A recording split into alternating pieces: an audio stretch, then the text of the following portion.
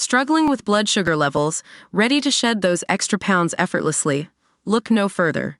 Sugar Defender, the #1 rated blood sugar formula, is here to transform your health and help you achieve your wellness goals. Click the link in the video description to get started with Sugar Defender today. A student with epilepsy stabbed his stepdad to death after suffering a cluster of seizures. Ben Moglione grabbed a knife from the kitchen and stabbed 64-year-old Andy McDermott 17 times as he isolated from COVID. The 23-year-old's mom, Allison Moglione, was washing her hair when she heard an unusual sound coming from the bedroom. Her son then burst in with his hands covered in blood as Allison found her husband laying gravely injured in bed. Moglione has now been handed an indefinite hospital order after admitting manslaughter on the grounds of diminished responsibility. Liverpool Crown Court heard the student was suffering from postictal psychosis, which occurred following a cluster of seizures. In a victim impact statement, Allison told of the indescribable pain and suffering the family felt following retired Detective Inspector Andy's death. The mom also begged a judge to return my son to me as she revealed how the case was a medical negligence one rather than criminal. She added, "It's difficult to comprehend how this has happened to such a loyal, loving family man. I'm still no clearer why this tragedy happened. I'm left without the one person I want to grow old with and who made my life complete. My husband has lost the retirement he worked so hard to enjoy, having served the community and been an incredible husband, stepfather, and family man. I know he would want to get to the bottom of why this happened. I will never rest until this is dealt with openly and fully transparently." The court was told the horror unfolded on January 24, 2022, after Moglione watched a BBC's panorama about knife crime.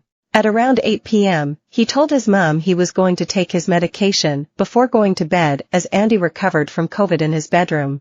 Internal CCTV showed Moglione walking downstairs in his dressing gown and slippers before picking up a kitchen knife.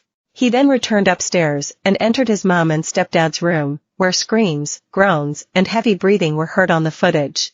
Moglione later entered the bathroom where his mom was before CCTV showed her walking downstairs in a towel followed by her son. Allison recalled, "He said, 'You can start again.' He said it in a strange way. I thought, oh my God.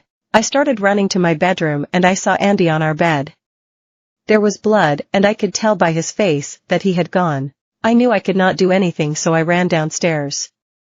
I dialed 999 for an ambulance and the police. In the meantime, Ben came down saying, 'Mom, don't ring the police.' The mom rang 999, with Moglione arrested and taken to Clockview Hospital, where he has remained ever since.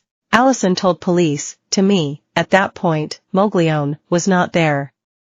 When it was over, the episode, he was not there. He wasn't conversing. He hadn't done it in a sane mind. It wasn't my son who was doing that. He was very, very ill.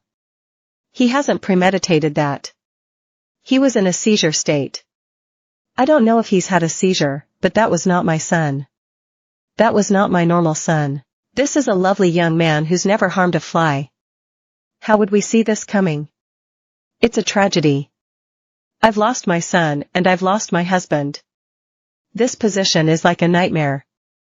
I need to wake up, but it's real." A post-mortem found Andy had suffered 17 wounds to his body, including 13 knife injuries and some incised wounds that had been inflicted with severe force. Sentencing, Judge Andrew Menery KC said, "You are clearly an intelligent young man. There is no evidence to suggest that the relationship between the two of you was anything other than entirely positive. It seems that your epilepsy was not well controlled. By the time of the fatal attack, you were suffering clusters of seizures and a treatment regime that was not working.